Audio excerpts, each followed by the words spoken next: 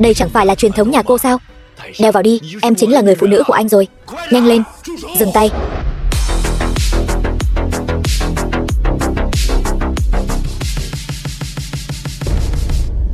Đồ lang thang, còn dám đến thật cơ đấy. Ngày đại hỉ, đồ lang thang đến phá đám. Mau cút cho tao. Vân Lam, theo anh về nhà. Tất cả mọi chuyện anh sẽ nói rõ với em. Tiêu Minh, anh đi đi, tôi sẽ không đi với anh đâu. Bớt giận.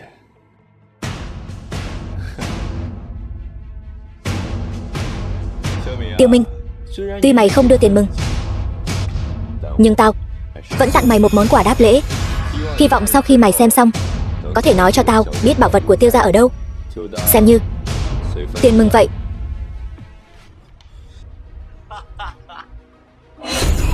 Tần Thương, chuyện tiêu diệt Tiêu gia là do mày làm. Hôm nay tao muốn cả nhà họ Tần chôn cùng. Tiêu Sương. Dạ. Bắt chúng cho tôi. Dám gọi thẳng tên Sương tổng. Mày sống chán rồi hả? Đúng vậy. Cái loại thép diêu như mày dám sỉ nhục chiến thần Thiên Su như vậy, chán sống hả?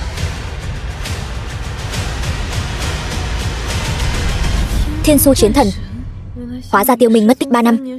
Là đi. Cái gì? Chiến thần? Không thể nào. Cái tên ngay cả nhà bị diệt cũng không biết, có thể là chiến thần sao?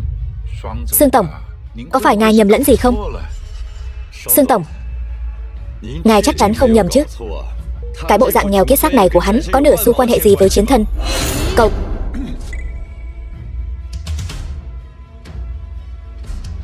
Trước mắt tuyệt đối không thể chỉ dựa vào lời nói một phía của Tần Thương mà đoán định sinh tử của mẹ mình. Phải cẩn thận mới được. Anh ta không phải là chiến thần Thiên Su thì sao? Tiêu thiếu gia, anh ấy đã từng cứu tôi một mạng. Cậu dám sỉ nhục anh ấy? Sương tổng, ngài bớt giận. Là tôi thiển cận nên mới đắc tội Tiêu thiếu gia. Mong ngài đại nhân đại lượng. Sương tổng, ngài có lòng khoan dung, đừng chấp nhặt với chúng tôi. Xin lỗi Tiêu thiếu gia, nếu không thì tôi không ngại khiến cho Tần gia các người phá sản đâu. Chuyện này gì nữa? Không hiểu lời Sương tổng nói sao? Tiêu thiếu.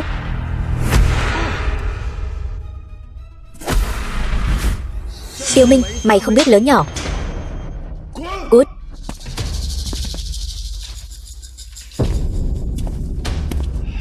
Tiêu thiếu, tôi thấy cậu nóng tính ghê. Hay là tiểu đệ dẫn cậu đi hạ hỏa? Nói, cái áo dính máu này từ đâu ra? Cái này là người khác gửi tới. Còn những thứ khác tôi thật sự không biết. Không biết.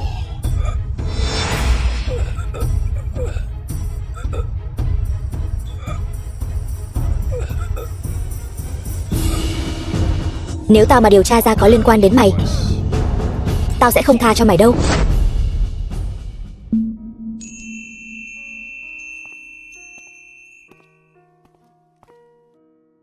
Vân Lam, đi theo anh.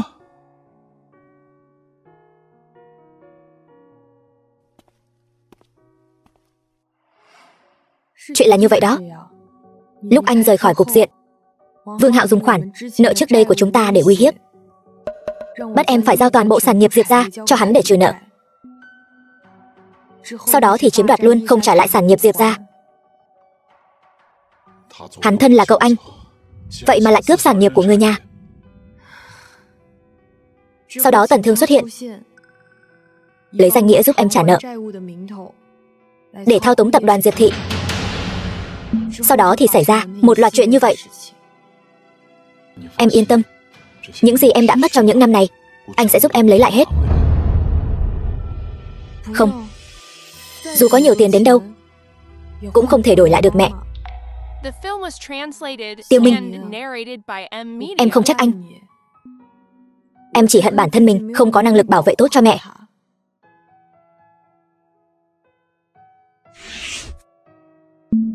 Anh cầm số tiền này, rời khỏi Lạc Thành đi. Chuyện hôm nay ầm ĩ như vậy, Tần Thương sẽ không tha cho anh đâu.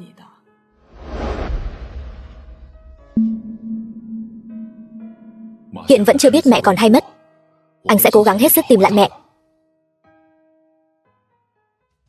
Cút vào trong. Có phải chị báo tin cho chúng nó không? Vương Hạo.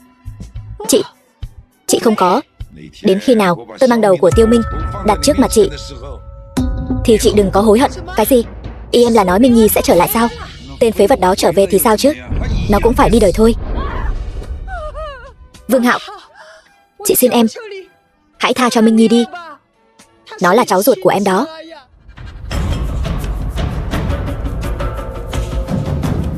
Mau, uống với Tần thiếu một ly. Diệp Vân Lam, nếu cháu không phải là cháu gái cậu, chuyện hầu hạ Tần thiếu tốt như vậy, sao có thể đến lượt cháu?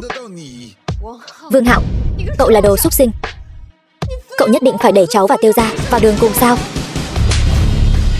Mày thật là ngoan cố. Không phải tao, gia tộc Tiêu đã sớm phá sản rồi. Lẽ nào trong lòng mày vẫn còn tên phế vật kia? Không sao, qua đêm nay cô ta là người của ta, không cần phải có bất cứ liên hệ gì với tên phế vật đó nữa. Chuyện hôn lễ lần trước bị trì hoãn, để tôi đi giúp ngài thu xếp trước.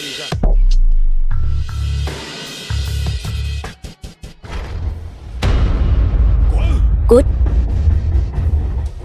Tần Thương, ngươi chán sống rồi.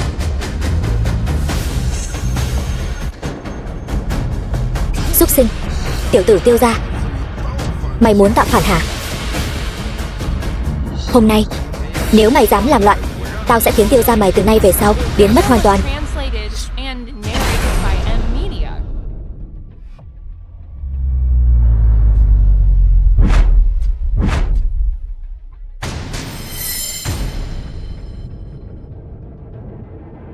Tiêu Minh, em tỉnh rồi, chúng ta đi thôi. Gây chuyện rồi muốn đi? Đâu có dễ vậy. Thằng phế vật mày mở to mắt ra nhìn cho rõ. Đây là hợp đồng ta mua lại Tiêu gia đấy. Bây giờ chỉ cần một câu nói của tao, gia tộc mày sẽ bị diệt vong ngay lập tức. Dám đánh tao? Vương Hạo, Tiêu gia này không thể giữ lại được nữa rồi. Tiêu Minh, anh đi đi. Anh đến đây làm gì? Vẫn là cháu gái ta hiểu chuyện. Thằng nhãi danh mày còn không cút đi. Thật sự muốn Vương gia ta ra tay sao? Vương gia là cái thá gì? Mày là nhân vật lớn nào chứ? Vương gia động ngón tay là có thể nghiền nát mày rồi. Hôm nay tôi nhất định phải xem Vương thị một ngón tay nghiền nát tôi như thế nào. Sao? Tùy tiện lấy một tờ giấy rách. Hợp đồng thu mua tập đoàn Vương thị. Cái gì? Cái này không thể nào.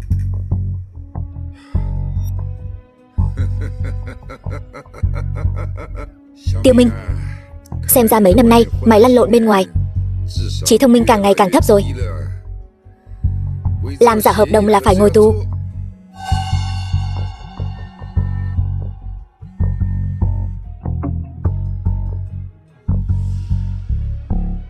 Lâm tổng, đừng gọi tôi Vương Hạo.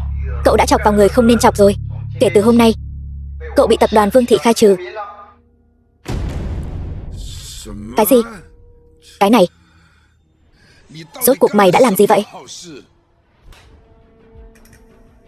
Vẫn chưa sáng mắt hả?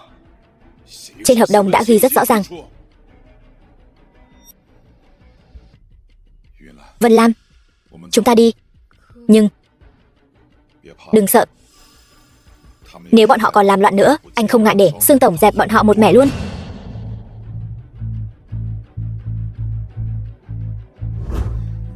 Mày.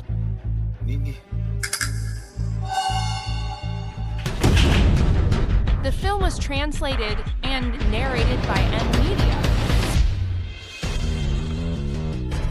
Tần thiếu, giúp tôi với. Giúp ông? Ông còn có tác dụng gì? Còn giá trị lợi dụng sao? Tần thiếu, ngài cho tôi thêm một cơ hội nữa đi. Vậy Vậy Tiêu Sương đã đi đến bước đường này rồi. Không thể nào vì một thằng nhãi danh như vậy mà đắc tội với chúng ta đến mức không thể vãn hồi. Liên quan gì đến tôi? Tôi nói cho ông biết, trong vòng 1 ngày tôi không thấy được Diệp Vân Lam thì ông cút khỏi Lạc Thành. The film was translated and narrated by M Media.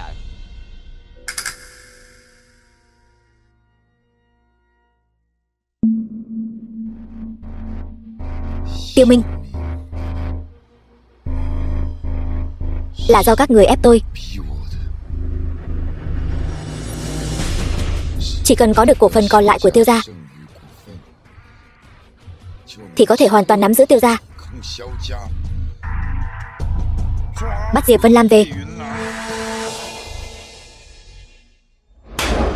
làm em trai ruột của chị, tôi còn thấy mất mặt. Tôi nói cho chị biết, tôi không có thời gian lãng phí với chị. Hôm nay nếu không ký thì chị cứ chờ Diệp Vân Lam bị huấn luyện thành người hầu đi.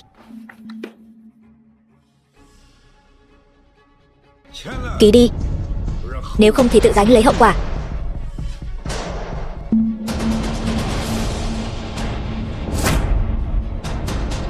Cái đồ già này cũng coi như còn chút giá trị. Vương Hạo, coi như chị cầu xin em, chuyện này qua rồi. Vâng.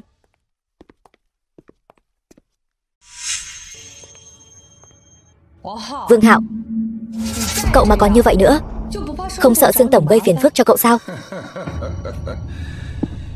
Diệp Vân Lam, chẳng lẽ mày cũng cảm thấy Tiêu Minh chẳng qua chỉ là tên cặn bã chỉ dựa dẫm phụ nữ thôi sao? Tốt nhất mày vẫn nên xem. Đây chính là hợp đồng chuyển nhượng cổ phần của Tiêu gia. Cái gì? Vương Yến,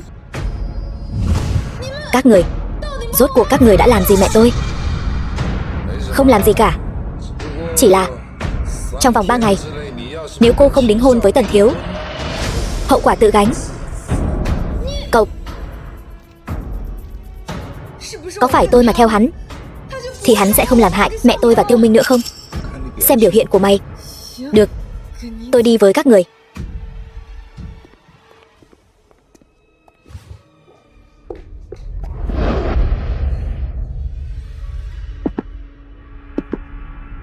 Tần Thiếu, lần này tôi để người ở bên ngoài canh chừng, đảm bảo không ai đến phá hỏng chuyện của ngài đâu.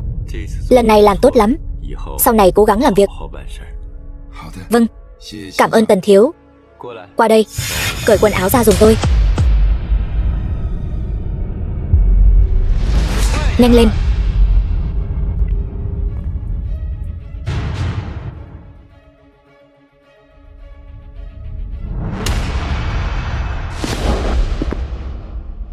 Mày là một tên lang thang, đến đây làm gì?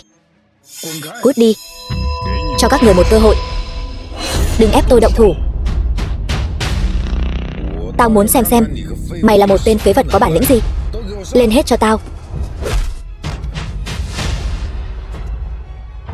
Tiêu Minh, đừng làm loạn. Nếu như mày dám phá hỏng chuyện của Tần Thiếu, tao lê ma lê mê.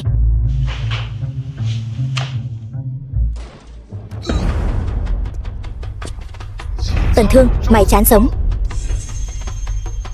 Mày còn dám đến? Hôm nay tao không tha cho mày. Nếu mày đã chán sống, tao sẽ chịu ý mày. Không muốn Tiêu gia diệt vong thì buông tao ra. Mày còn gì muốn nói không? Mày động thủ với tao, đừng hối hận đấy. Tiêu Minh, anh dừng tay cho em. Dựa vào cái gì? Dựa vào cái gì? Chỉ dựa vào mày là tên lang thang mất nhà. Mở to mắt của mày ra mà nhìn cho rõ. Tiêu gia sau này sẽ là của tao.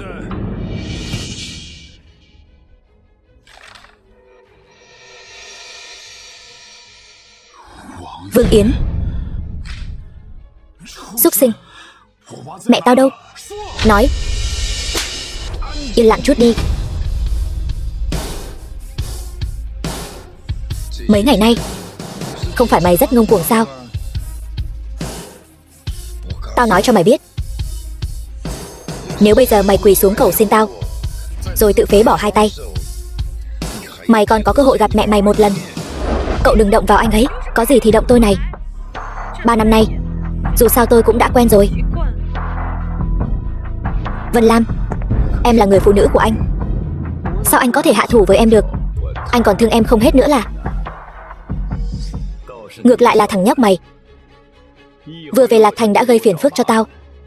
Bây giờ mày trầu trời đi, tao có thể tha cho mẹ mày một mạng.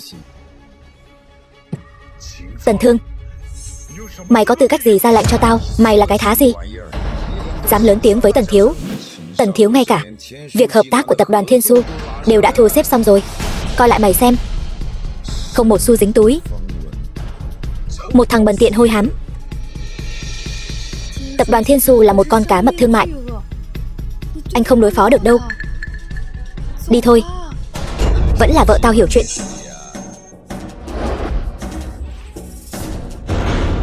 Còn không mau cút đi. Cầm số tiền này cút khỏi Lạc Thành, nếu không tao sẽ cho mày thăng thiên.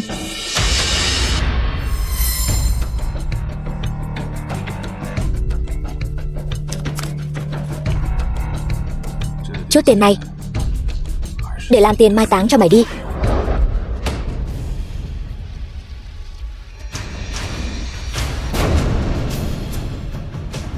Hơn nữa, tập đoàn Thiên Su khi nào ký hợp đồng với Tần gia của mày vậy?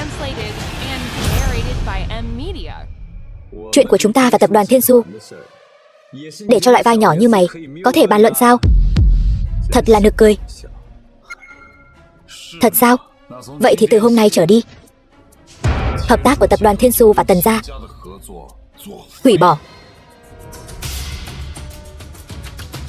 Tiêu Minh, em biết anh là vì tốt cho em, nhưng chuyện này căn bản là không thể nào. Chờ đó mà xem. Chỉ dựa vào mày thôi sao? Mày cũng xứng đại diện cho tập đoàn Thiên Su. Mày là cái thá gì chứ? Đừng ở đây mà mất mặt.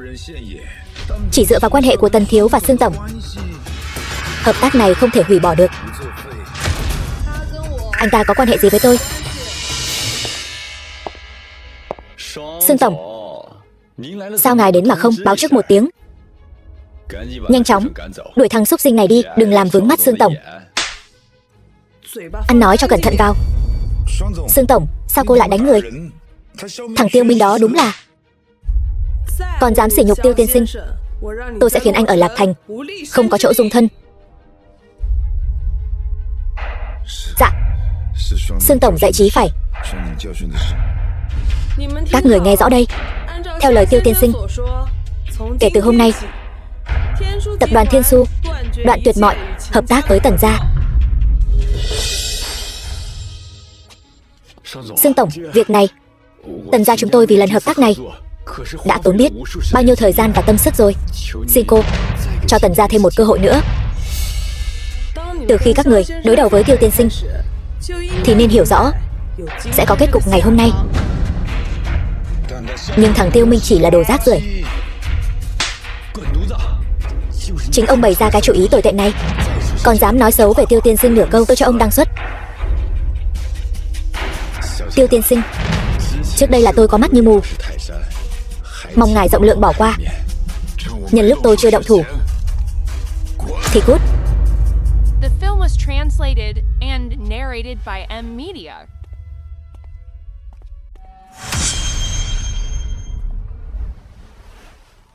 Nói, rốt cuộc mày đã nhốt mẹ tao ở đâu? Tôi lăn đến đó. Tần Thương, tôi cảnh cáo cậu đừng làm bậy. Bà, cái đồ già lì lợm. Con trai bà làm chuyện xấu thì bà trả giá thay nó đi. Nếu bà lo cho tính mạng của mình thì nói cho tôi biết bảo vật ở đâu. Nếu không thì ngày này năm sau là ngày giỗ của bà. Mật bảo có thể phù hộ Tiêu gia ta 10 đời thái bình. Một khi đưa ra, hậu quả khó lường. Cậu xử tôi đi. Nếu bà đã muốn đi đời thì tôi cho bà tọa nguyện. Đào nhanh lên. Tần Thương, dừng tay. Minh Nhi.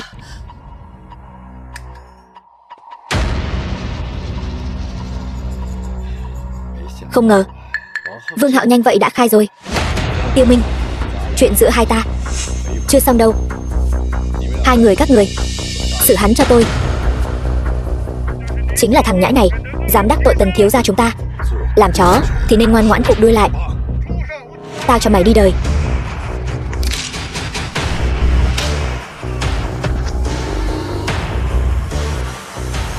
Mẹ.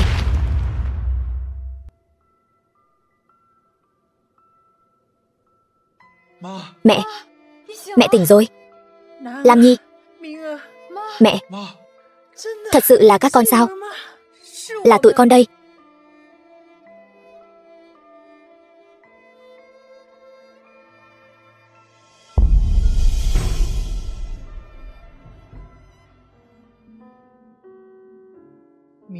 Minh Nhi, chút canh này không sưởi ấm được lòng người đâu.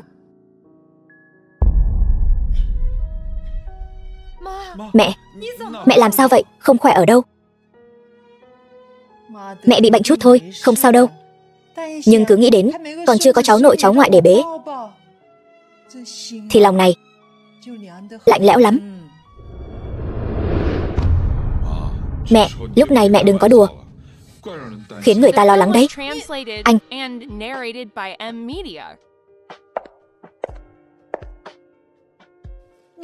Thằng nhóc con này sao giống ba con vậy? Đúng là đầu gỗ. Trước kia hai con vừa định đi đăng ký kết hôn, con đã biến mất không thấy bóng dáng. Minh Nhi, ba mẹ Vân Lam mất sớm, cả đời nó không nơi nương tựa. Cuối cùng gặp được con mới coi như tìm được bến đỗ.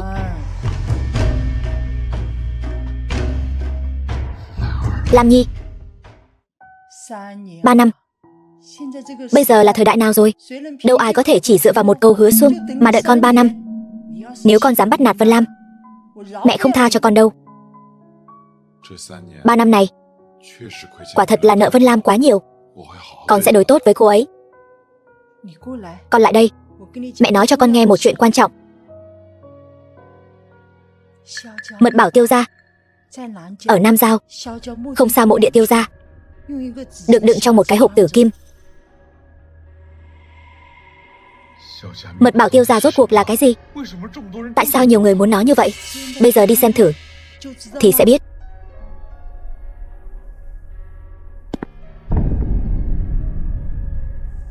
Đúng rồi mẹ. Mẹ chú ý giữ gìn sức khỏe, đừng đi lung tung.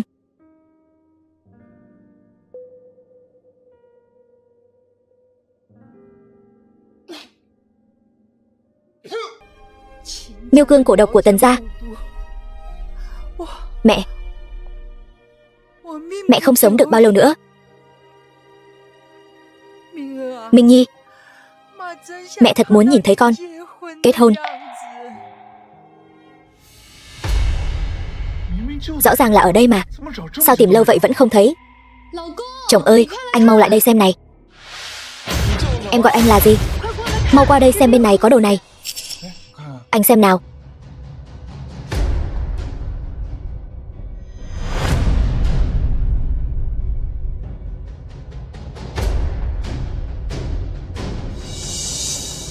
Là cái này sao? Vợ, em giỏi thật đấy, nhanh vậy đã tìm thấy rồi, đừng có mà dẻo miệng nữa, mau mở ra xem đi. Trống không? Sao lại trống không được? Có khi nào bị người ta trộm mất rồi không? Mẹ nói lúc đó đã phái cao thủ Tiêu gia giấu ở đây, chắc là không ai biết đâu. Hơn nữa cao thủ Tiêu gia đều mất mạng trong trận tai họa đó rồi. Rốt cuộc là ai có năng lực như vậy?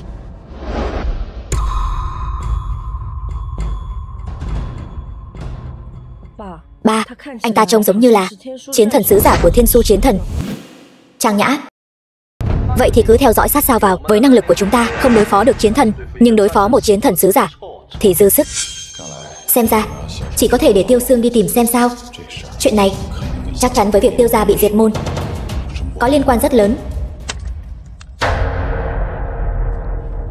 Ai ở đó? Hỏng rồi, mẹ sẽ không gặp nguy hiểm chứ? Vậy chúng ta mau về thôi. Mẹ, The film was translated and narrated by hỏng rồi. Media. Đây là thiên hạ độc thủ, Miêu Cương cổ độc. Vậy phải làm sao bây giờ? Em ra ngoài trước đi, để anh chữa trị cho mẹ.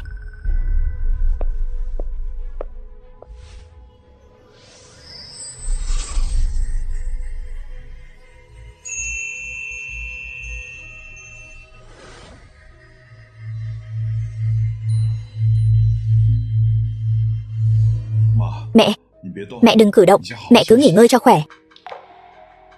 Minh Nhi, cái này. Mẹ thành thật nói cho con biết, Miêu Cương cổ độc này là ai hạ? Có phải Tần Thương không? Thằng xúc sinh. Tần Thương, nhất định tao phải lấy mạng của mày. Minh Nhi, đừng để cơn giận làm mù mờ đầu óc. Chỉ riêng một mình Tần gia, con nghĩ rằng có thể lấy ra được Miêu Cương cổ độc không?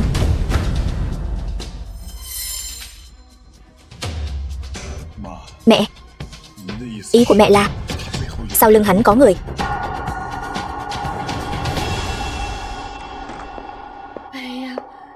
Các người đừng nói chuyện cổ độc này nữa. Mẹ bây giờ như vậy, vẫn là tìm thuốc giải đi. Mẹ, Vân Lam nói đúng. Khoảng thời gian này cứ để cô ấy chăm sóc mẹ cho tốt. Con đi tìm thuốc giải. Trang Văn Lâm, điều tra thế nào rồi? Đã xác định được ai là chiến thần sứ giả của Thiên Su chiến thần chưa? Ba, từ khi có tin tức từ Bắc Cương báo về, nói sau khi chiến thần biến mất, người dưới trướng vẫn luôn điều tra. Trong khoảng thời gian đó, Bắc Cương đã có tổng cộng hơn 10 vạn người xuất cảnh. Hiện tại sàng lọc, còn lại khoảng hơn 10 người. Tốt. Đặc biệt là Tiêu Minh ở Lạc Thành, hình thức và tác phong của hắn ta rất giống sứ giả của chiến thần. Dựa theo những manh mối trước đây, chúng ta đã điều tra ra chiến thần sứ giả sở hữu một chiếc thẻ ngân hàng đặc biệt. Chỉ cần ai trong 10 người này dùng đến, thì về cơ bản chúng ta có thể xác định được ai là chiến thần sứ giả. Làm tốt lắm. Đúng rồi, nhớ gây áp lực cho nhà họ Tần. Dạo gần đây họ hơi nháo. Tại sao? 2 năm trước,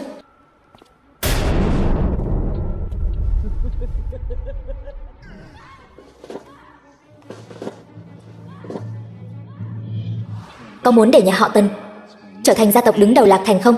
Đương nhiên muốn. Không biết Trang tổng có cao kiến gì? Tôi không muốn Tiêu gia tồn tại.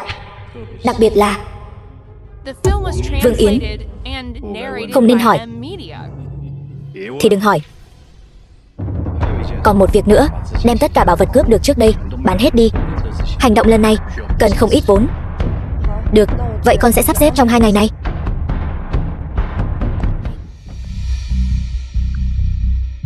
Thiên vận tán, giá khởi điểm 1 triệu.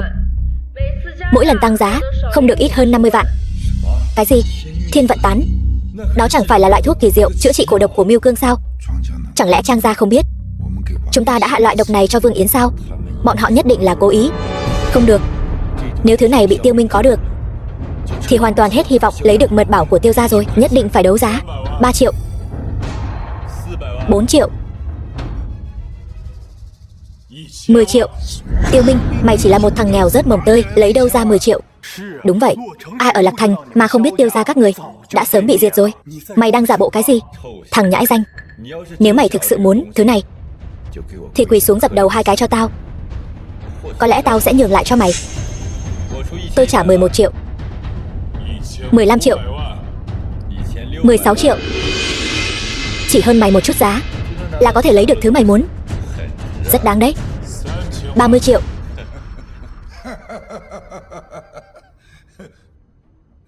Tao thấy thằng nhóc mày điên rồi. 30 triệu. Có phải mày bán mẹ mày rồi không? Hay là nói mày để Diệp Vân Lam ra ngoài bán thân rồi? 2 người các người còn nói thêm một câu nữa, tôi sẽ không ngại tiễn 2 người đi luôn đâu. Tứ chi phát triển, đầu óc đơn giản, không cần nhiều lời với hắn. Bảo vật này tôi trả 40 triệu. 100 triệu. Cái gì? 100 triệu? Anh điên rồi có phải không? Nếu mày có thể đưa ra 100 triệu, tao sẽ quỳ xuống đổi họ theo mày. Ban tổ chức, tôi thấy thằng nhóc này đang gây rối. Tôi muốn kiểm tra tài sản của nó.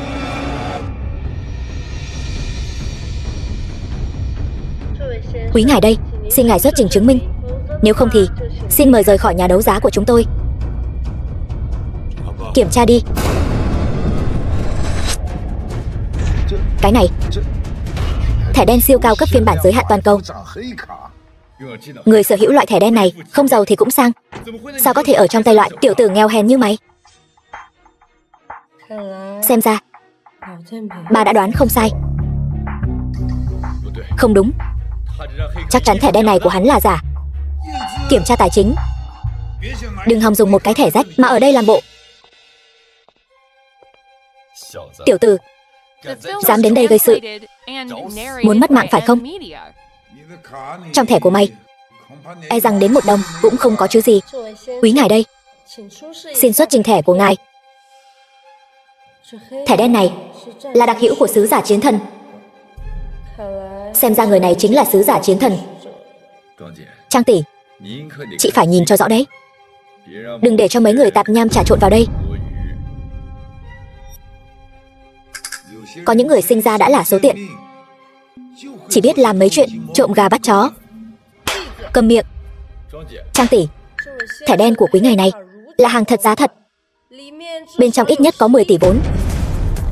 Các người dám nghi ngờ? Cái này, chuyện này không thể nào.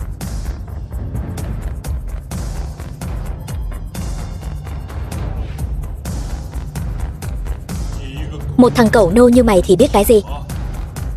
Vừa nãy không phải nói tôi có 100 triệu, cậu sẽ quỳ xuống sao? Mày không nghe thấy sao? Quý ngài đây là khách quý của chúng tôi.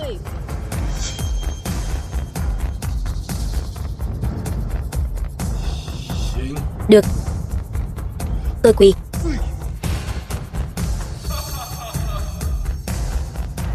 Cậu đúng là một con chó ngoan đấy. Ngài Tiêu, nếu ngài cảm thấy bọn họ làm ồn đến ngài, chúng tôi có thể sắp xếp cho ngài vào phòng đấu giá dành cho khách quý, hoặc là đuổi bọn họ ra ngoài. Không cần. Có 2 con chó giữ cửa ở đây. Cảm giác này cũng không tệ. Vâng, thưa ngài.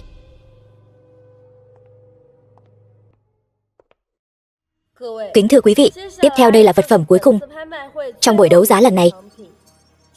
Vô cùng chân quý, cho dù ra toàn cầu cũng là độc nhất vô nhị, là một sự tồn tại cực kỳ hiếm thấy. Đây chính là phù giao thần thụ. Tiêu gia trí bảo phù giao thần thụ. Trang gia đúng là bảo vật này lại ở chỗ bọn họ. Tần thiếu, cái này phải làm sao đây? Đừng vội. Thứ này chúng ta nhất định phải có được, bất kể dùng biện pháp gì.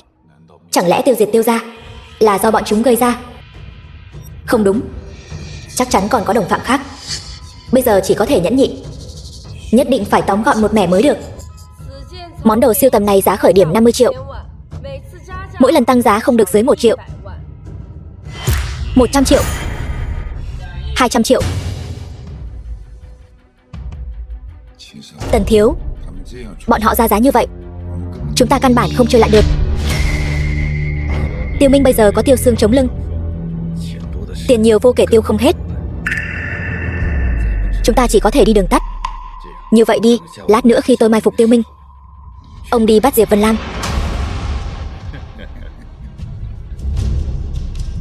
500 triệu. Quý ngài đây ra giá 500 triệu. Còn ai trả giá nữa không? Vậy thì chúng ta chúc mừng quý ngài đây. Đấu giá thành công với giá 500 triệu.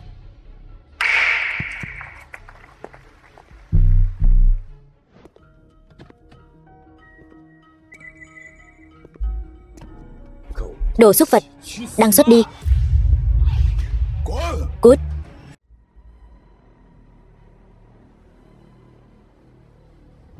Vương Hạo, chuyện bên ông làm xong chưa? Còn ngẩn ra đó làm gì? Xử hắn cho tôi.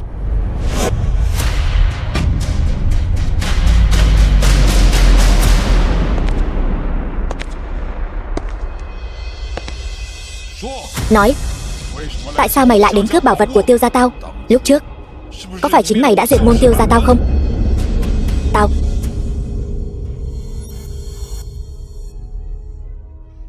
Đúng thì sao chứ? Không thì sao chứ? Nếu mày dám động vào tao, tao sẽ khiến chúng nó biến mất, không ai biết xác ở đâu.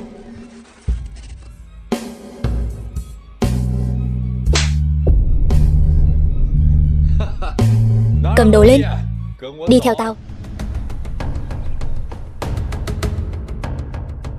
Tiêu Minh, tao nói một thằng nghèo rớt mồng tơi như mày tranh giành Diệp Vân Lam với tao làm gì? Tao làm tao chịu. Thả mẹ tao và Diệp Vân Lam ra.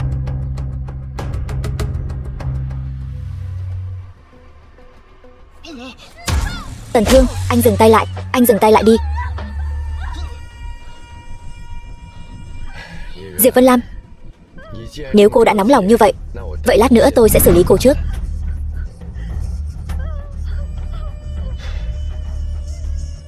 Tiêu Minh, đến nước này tao cũng không giấu giếm gì nữa. Kẻ sát hại cả nhà Tiêu gia, mày chính là tao.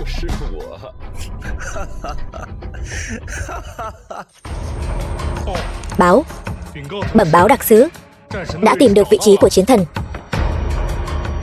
Lập tức triệu tập Thiên Su Quân theo ta xuất chiến. Dám cản trở Tần thiếu gia làm việc, không biết lượng sức mình. Vân Lam, ký vào giấy chứng nhận kết hôn này đi. Tôi ký.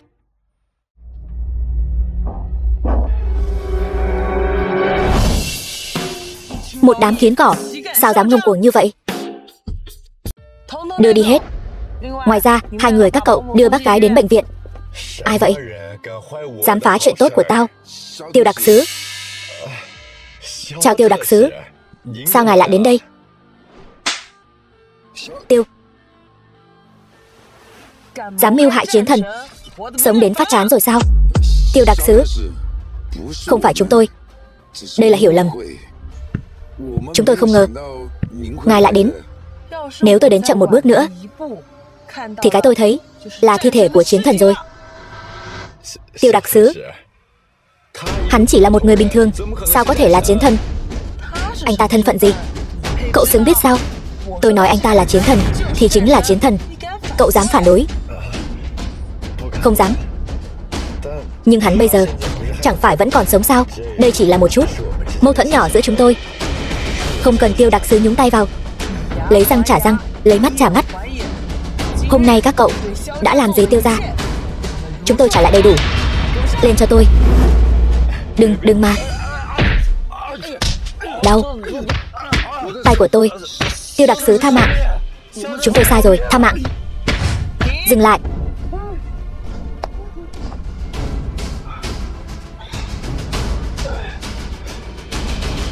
Tiêu đặc sứ tha mạng. Chúng tôi biết sai rồi. Xin lỗi, tôi có ích gì? Người bị đánh đâu phải là tôi. Tiêu chiến thần. Tôi tuyệt đối không có lần sau. Đúng, là chúng tôi có mắt như mù, không biết Thái Sơn chỉ là nhất thời hồ đồ, bắt cóc người nhà của ngài, đắc tội với ngài. Tiêu gia gia, ngài bớt giận. Ngài bớt giận. Tiêu gia gia, tao bớt giận. Lúc trước mày làm những chuyện với mẹ và Vân Lam, chỉ bằng một câu xin lỗi của mày là có thể giải quyết sao? Cút. Cháu gái lớn, đánh hay lắm. Là cậu không tốt. Cô ở ngoài này canh chừng, có chuyện gì lập tức nói với tôi. Ngài cẩn thận.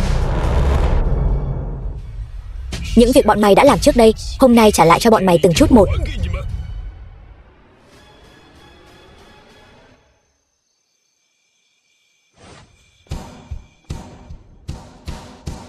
Tiêu chiến thần, xin ngài hãy để chúng tôi đi đi. Muốn đi? Chỉ bằng mấy câu xin lỗi giả tạo của bọn mày? Không dám. Nhưng hãy nể mặt, là người một nhà. Ai là người một nhà với ông? Ông không xứng.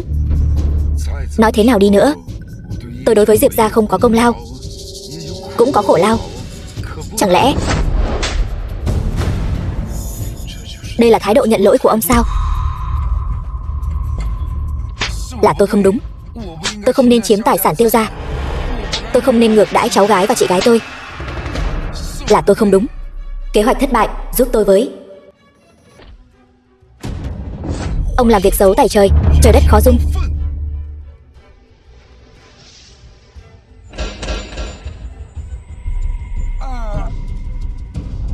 Thật là khẩu khí lớn.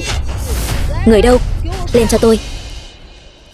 Bất chấp mọi giá đoạt lấy bảo vật Tiêu gia. Tiên sinh Tiêu, mấy tên tép diêu này. Để tôi. Cứ để tôi. Để cô ta mở mang kiến thức về thực lực của kẻ vô công dỗi nghề. Chỉ có thế thôi sao? Đám bảo tiêu của Trang gia đến một kẻ vô công dỗi nghề cũng đánh không lại, còn muốn cướp bảo vật Tiêu gia. Đáng ghét. Nhưng mà cậu đắc ý hơi sớm rồi. Xem ra tôi vẫn cao tay hơn một bậc. Bùa chú này rốt cuộc là từ đâu ra? Phải điều tra kỹ lưỡng mới được. Diệp Vân Lam muốn làm bạn của Trang Nhã tôi. Cô cũng không xem lại mình được mấy cân mấy lạng. Nếu không phải vì bảo vật Tiêu gia, giữa chúng ta căn bản sẽ chẳng có chút liên quan nào. Tôi đúng là có mắt như mù. Tôi còn tưởng rằng cô tốt bụng. Chuyện năm xưa mẹ tôi mất tích cũng liên quan đến các người chứ gì. Trang gia các người sẽ gặp báo ứng. Một con đàn bà nhà quê như cô cũng xứng bàn chuyện Trang gia sao? Tôi đã diễn kịch với các người đủ lâu rồi.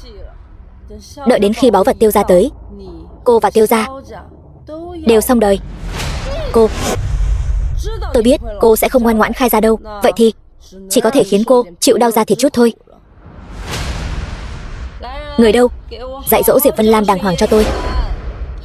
Các người muốn làm gì? Cô nói xem, tôi gửi đoạn video này cho Tiêu Minh thì liệu anh ta có thể đến kịp trước khi cô bị đánh mất mạng không?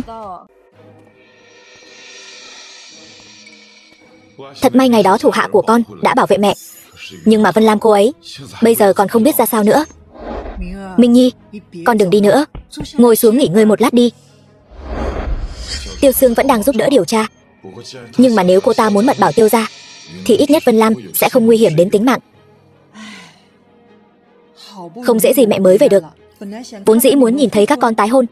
Kết quả hết chuyện này đến chuyện khác. Vân Lam không có ở đây thì báu vật Tiêu gia có ích gì chứ? Minh Nhi, hay là chúng ta dùng báu vật để đổi Vân Lam về đi. Đây chỉ là sự khởi đầu trong kế hoạch của bọn chúng. Chỉ sợ sau khi bọn chúng có được báu vật sẽ càng không kiêng nể gì. Đến lúc đó Vân Lam sẽ thật sự nguy hiểm đến tính mạng.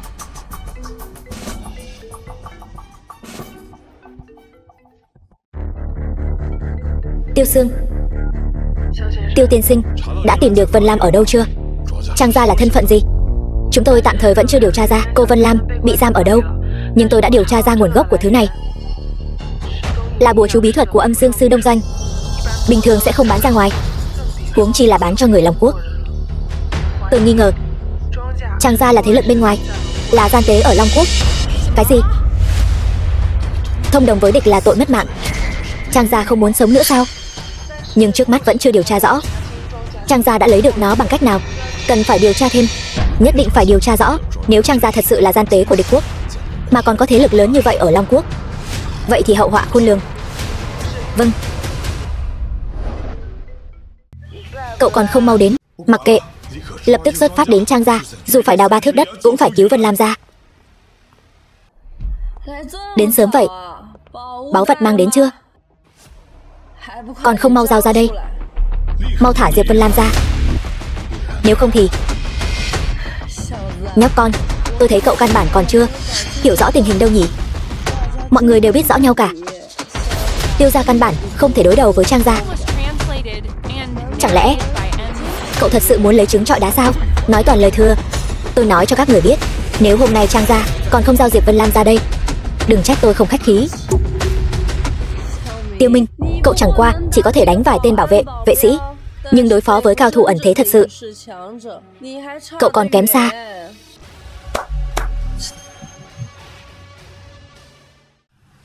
Chỉ dựa vào tên phế vật như cậu, còn muốn gây sóng gió gì nữa? Chờ tới số đi. Thật sao? Vậy thì cứ xem.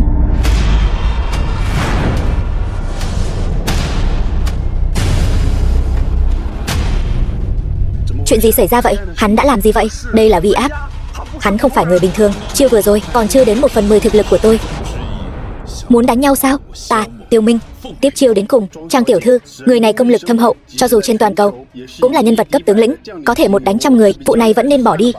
Các người vừa lâm trận đã muốn bỏ chạy, dám phá hỏng chuyện của Trang gia tôi. Trang gia có cả ngàn cách khiến các cậu sống mà chẳng khác gì địa ngục. Vợ con của các cậu, mọi người đều xuất thân từ quân đội. Các cậu muốn đi thì cứ đi. Về phần Trang gia, bọn họ đắc ý không được bao lâu đâu. Đa tả cao thủ tha mạng, cậu có thể tha mạng cho bọn họ, nhưng tôi thì không tha mạng cho Diệp Vân Lam đâu. Vậy sao? Đúng là quá ngây thơ.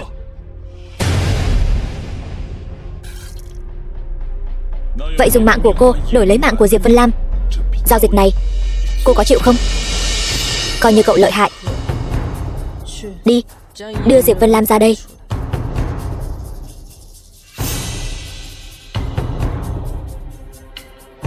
Tiêu Minh, cũng may em không sao, nếu không anh không tha thứ cho bản thân mình đâu. Cho dù cậu cứu được Diệp Vân Lam, cậu cũng không cứu được những người khác của Tiêu gia. Cô có ý gì? Sau này cậu tự nhiên sẽ biết. Xem ra chuyện này phải để Tiêu Sương lén vào Trang gia điều tra rõ ràng. Vân Lam, đi thôi, chúng ta về nhà.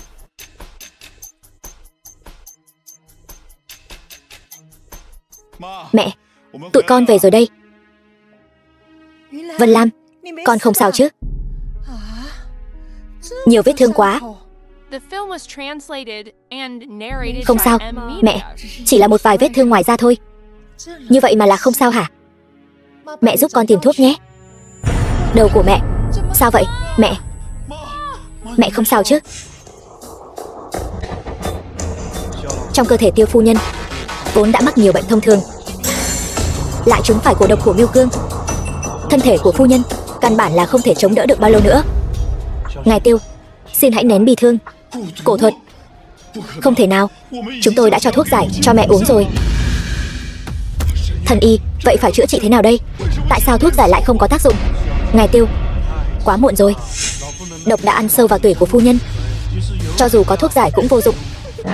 Mà bản thân phu nhân sức khỏe đã không tốt, e rằng không còn được mấy ngày nữa. Cái gì? Minh Nhi, Vân Lam, nhân lúc mẹ còn sống, các con mau chóng tái hôn đi. Đây là tâm nguyện cuối cùng của mẹ rồi. Mẹ, con nhất định con sẽ tái hôn với Vân Lam ngay. Sau đó đợi đến khi mẹ khỏe lại, chúng con sẽ tổ chức một hôn lễ long trọng nhất cho mẹ xem. Mẹ e rằng không đợi được đến ngày đó.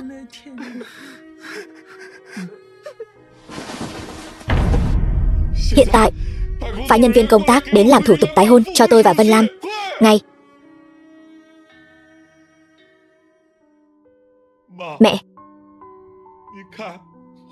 Mẹ xem, con và Vân Lam đã tái hôn rồi. Các con nhất định phải hạnh phúc.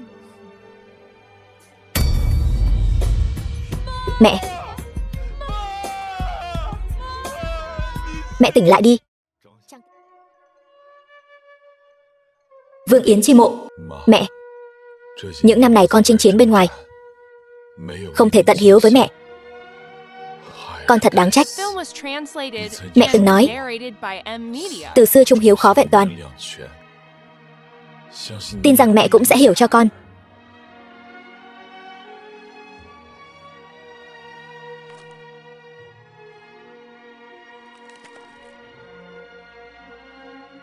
Vương Hạo đã phế. Mẹ chờ đó, con nhất định sẽ sát hại Tần Thương, báo thù cho mẹ. Đây không phải Tiêu Minh sao? Mẹ mày mất mạng rồi, còn Diệp Vân Lam đâu?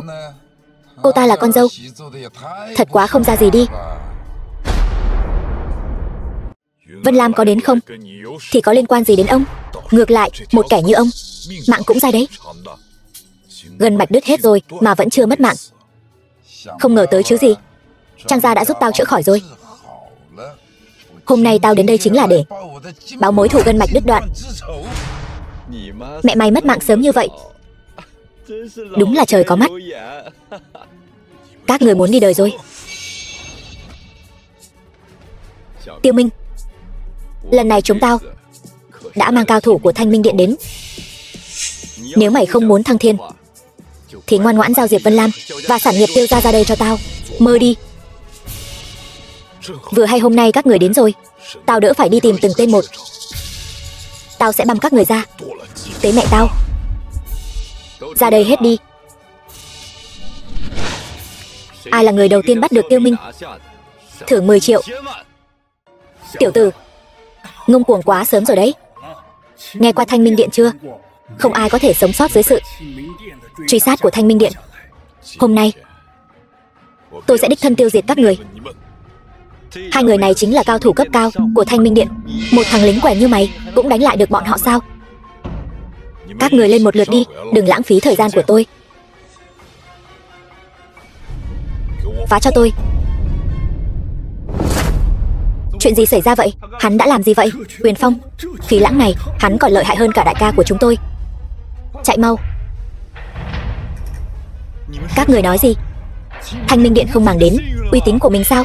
Tần thiếu, tiền này phỏng tay tôi không cầm được. Cũng có chút tự biết mình đấy. Ta không nương tay với kẻ đầu sỏ gây tội đâu. 50 triệu, chỉ cần lấy được thủ cấp của Tiêu Minh, tài sản vương gia, các người thích cái nào thì cứ chọn.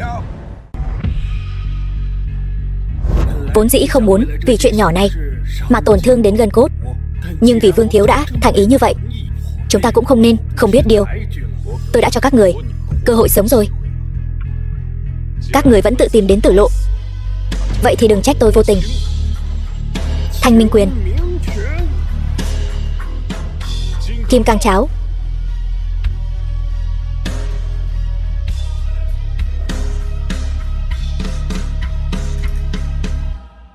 Rốt cuộc ngươi là ai? Các người gân mạch đều đứt hết, nên tự lo lắng cho an nguy của mình đi.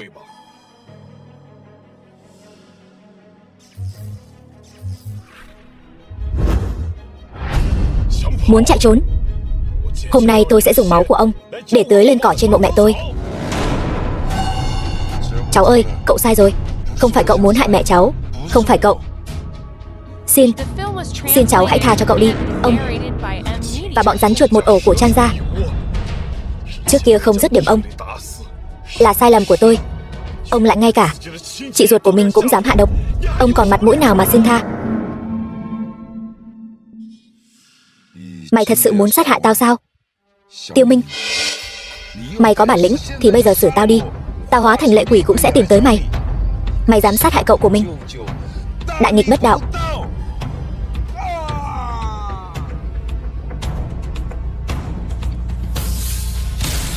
Tôi cho ông tọa nguyện.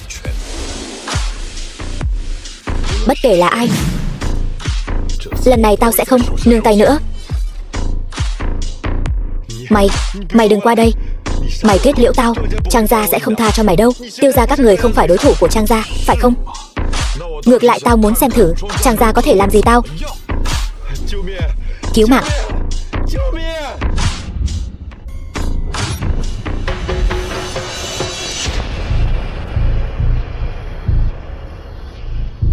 Tần Thương, coi như mày số tốt. Trang gia cũng thật là chịu chi, vì một tên phế vật như vậy mà lại còn điều động cao thủ cấp bậc đó. Cũng được, ngày tháng còn dài. Bất kể là Trang gia hay Tần Thương đều đừng hòng sống tốt.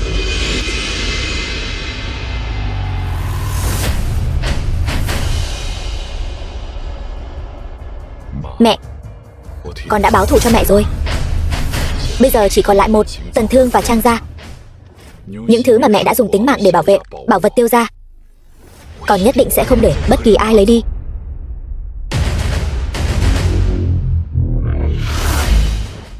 Vân Lam, anh mua vịt quay về rồi đây. Em đói bụng chưa? Vân Lam sao lại không có ở nhà? Điện thoại cũng không mang theo nữa. Tần Thương, Tiêu Minh, mày phá hỏng của tao biết bao nhiêu chuyện, vậy thì dùng mạng vợ mày để đền đi. Tần Thương, mày chờ đó. Còn dám đá tao? Tiêu Minh, đừng đến, bọn chúng mai phục rất nhiều người. Tiêu Minh, nếu mày không sợ mất mạng thì cứ đến đi. Tao sẽ đem sự diệt vong của Tiêu gia làm thành món quà tốt nhất dâng cho ông chủ Trang. Đến lúc đó hai người các người lưỡng bại câu thương, tao lại diệt Trang gia. Nhất cử lưỡng tiện. Mày mơ đi. Ông chủ Trang, đây là cái thứ rác rưởi gì vậy? Đồ hôm nay tôi tặng cho ngài, bảo đảm ngài hài lòng. Người đâu? Mang lên. Đây không phải là Diệp Vân Lam sao? Hội trường long trọng như vậy, loại tiểu môn tiểu hộ như cô mà cũng có thể đến được, thật đúng là nhờ phúc của Tần thiếu. Trang Nhã, lại là các người. Tiêu Minh sẽ không tha cho các người đâu. Tới nước này rồi còn mạnh miệng. Cô chẳng qua chỉ là một con mồi để dụ Tiêu Minh đến thôi. Đợi đến khi chúng ta bắt được con cá lớn này thì cô cứ chờ mất mạng đi. Ông chủ Trang, tôi biết ngài vẫn luôn canh cánh trong lòng về Tiêu Minh, cái tên phế vật kia. Không biết ngài có hài lòng với món quà này không? Không tệ, quả đúng là hợp ý tôi. Tiểu nhân bị ổi, các người rồi sẽ gặp báo ứng. Chỗ này có phần cho cô nói sao? Còn ồn nào nữa, tôi cắt lưỡi cô. Tần Thương, mày sát hại mẹ tao, bắt cóc vợ tao, mày chán sống rồi. Tiêu Minh, đến đúng lúc lắm. Vậy thì để cho đám cao thủ võ đạo mà chúng ta đã chuẩn bị kỹ càng nghênh đón mày. Mày là thằng nhãi danh của Tiêu gia. Mẹ mày tuy rằng ăn ngon đấy, nhưng lại sinh ra một thằng con không hiểu chuyện. Ông nói cái gì? Ông dám làm nhục mẹ tôi? Cái này đâu gọi là làm nhục. Mẹ cậu có thể ngủ với tôi, đó là vinh hạnh của bà ta. Ông nói cái gì? Tôi sẽ xử ông. Muốn xử chúng tao? Mày nhìn trước mặt mày đi, đây chính là cao thủ võ đạo mà chúng tao đặc biệt điều động từ khắp Long Quốc đến đấy. Tiêu Minh, chút công phu mèo cào của mày ấy trước mặt bọn họ hoàn toàn không đáng kể. Cho mày 3 giây, thả Vân Lam ra, nếu không đừng trách tao không khách khí. Không khách khí? Mày không khách khí thế nào cũng không thể chống lại đám cao thủ võ đạo của chúng tao. Mày chẳng qua chỉ là con kiến dưới ngón tay của chúng tao. 3, 2, 1. Đây là kết quả do chính các người lựa chọn. Bắt chúng lại cho tôi. Tham kiến Thiên Su Chiến Thần. Sao có thể? Cậu là Thiên Su Chiến Thần? Mấy người đừng để bị cái lệnh bài rách này lừa. Cái lệnh bài này là giả. Lần trước hắn đã dùng cái lệnh bài này lừa cả hội trường rồi, chắc chắn là giả rồi. Tôi đã nói rồi mà, tôi ở tầng lớp cao Long Quốc lâu như vậy, sao chưa từng thấy cái gì mà Thiên Su Chiến Thần cả. Dám làm giả lệnh bài mạo danh chiến thần, tôi thấy cậu đừng mong sống sót nữa. Thiên Su tướng sĩ nghe lệnh, bắt hết lại. Thấy chưa? Cho dù là cao thủ cao cấp, so với tướng sĩ của Thiên Su hiến binh chúng tôi thì vẫn còn kém xa. Còn không mau thả Vân Lam ra. Chẳng phải chỉ là cao thủ mà mày thuê đến lợi hại hơn một chút thôi sao? Nhưng chúng tao có 500 cao thủ võ đạo, một mình mày đánh hết được không? Đến lúc đó chẳng phải cũng bị bọn tao đè bẹp đó sao? Lúc này đám người mà các người mai phục từ trước sớm đã bị chúng tôi bắt hết rồi. Không tin thì cứ thử xem. Không thể nào. Người đâu?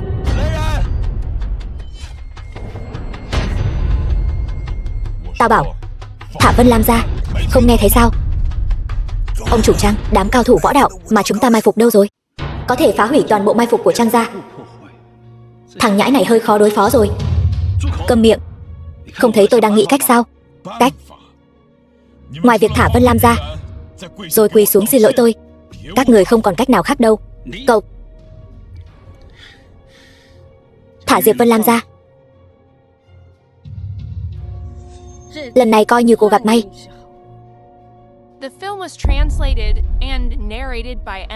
Chúng ta đi. Tôi cho các người đi rồi sao? Chuyện còn chưa xong đâu. Vừa nãy là ai ở đó lăng mạ mẹ tôi? Quỳ xuống cho tôi. Cậu muốn tôi quỳ xuống? Mơ đi. Xem ra các người vẫn chưa chịu đủ khổ. Cậu, ba, quỳ hay không? Là Trang gia mạo phạm ngài Tiêu. Vừa nãy đều là ba tôi nói vậy. Trang Nhã, ba, đến nước này rồi. Vốn dĩ muốn chở Trang gia và Tiêu gia lưỡng bại câu thương, mình sẽ ngư ông đắc lợi. Không ngờ Trang gia lại yếu như vậy. Nhưng như vậy cũng tốt, thực lực Trang gia trống rỗng. Đợi Tiêu Minh vừa đi, mình sẽ rút củi đáy nồi. Điều cấp bách bây giờ là bảo toàn tính mạng. Tần Thương, lần này ngươi rơi vào tay tao, tao nhất định sẽ tự tay tiễn mày về chầu trời, báo thù cho mẹ tao. Tiêu gia gia, tôi sai rồi. Đều là Trang gia chỉ thị tôi làm như vậy. Bọn họ lấy tính mạng người nhà tôi, ép buộc tôi. Xin cậu tha cho tôi. Tần Thương, sao cậu có thể ăn nói hàm hồ như vậy? Rõ ràng là Tần gia các người và Tiêu gia có tư thù, cố ý đả kích trả thù. Sao lại thành Trang gia ép ngươi? Đợi tôi giải quyết xong Tần Thương sẽ đến tìm các người tính sổ. Ta biết Trang gia các người trong tay cũng không sạch sẽ gì. Tiêu đại gia, Tiêu gia gia, tôi thật sự là bị ép buộc. Tôi có chứng cứ.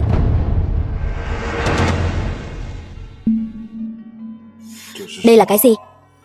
Đây là chứng cứ Trang gia ép buộc tôi làm việc cho bọn họ.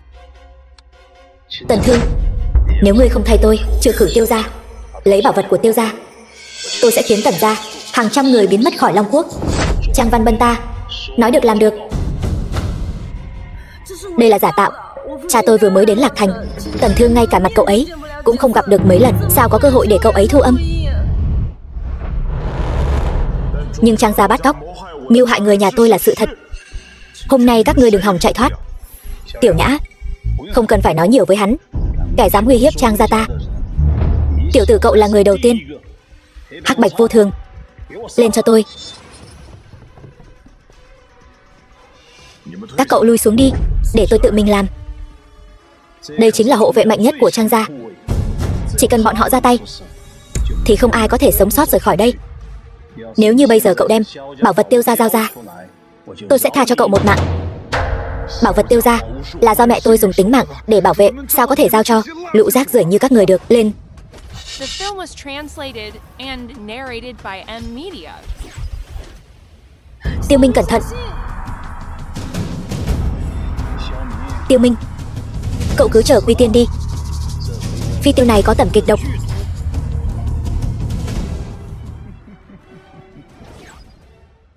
Tiểu nhân bị ổi. Không ngờ Trang gia lại lén lút giữ lại hai cao thủ như vậy. Nhưng không sao cả. Xem là độc của tôi phát tán nhanh, hay là các người đi đời nhanh hơn.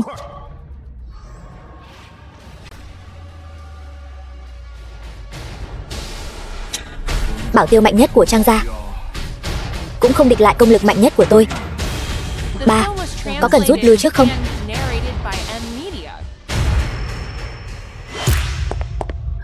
Tiêu Minh, anh không sao chứ? Còn muốn chạy? Người đâu? Bắt hết Tiêu Minh và Trang gia cho tôi. Tần Thương, cậu dám phản bội Trang gia. Vệ sĩ Trang gia đều bị Tiêu Minh diệt rồi.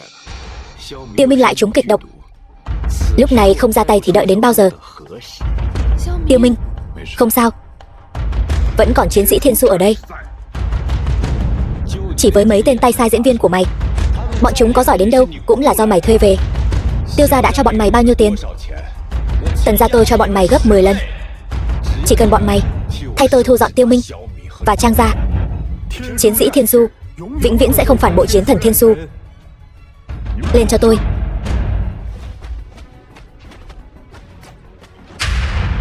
Các người.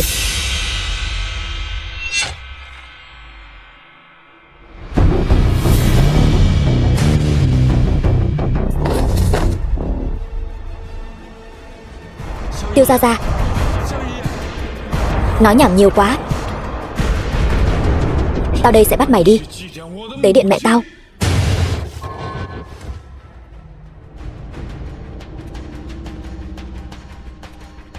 Tiêu Minh, đây chính là kết cục của kẻ mưu hại người nhà ta. Còn có Trang gia các người. Tiêu Minh, Tiêu Minh, anh tỉnh lại đi Tiêu Minh. Bảo vật Tiêu gia mà ba lại lâu như vậy còn chưa lấy được. Ba cũng thấy rồi đấy. Thực lực của Tiêu Minh thật sự không giống một người lính xuất ngũ bình thường.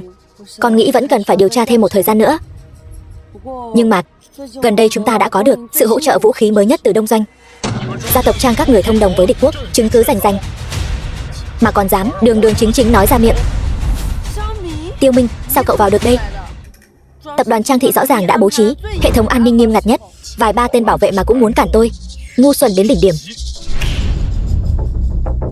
Đây là... Sao cậu có được? Sao hắn lại có mật thư của chúng ta và Đông Doanh? Chuyện này cho dù bị ai phát hiện đều là án tử. Hôm nay sát hại hắn ở đây hoặc là Trang gia diệt vong. Không đúng. Vào thời khắc cuối cùng, có thể bỏ xe giữ tướng. Tiểu Nhã, đây là cái gì? Sao ba nhìn không hiểu? Ba làm sao vậy? Đừng giả bộ nữa. Các người vì để có được sự ủng hộ của Đông Doanh, không tiếc tiết lộ tình báo cơ mật của Long Quốc. Đây chính là tội chứng thông đồng với địch quốc của Trang gia các người. Hôm nay tôi sẽ thay trời hành đạo, trừ khử Trang gia các người. Láo xược, cái mũ lớn quá đấy.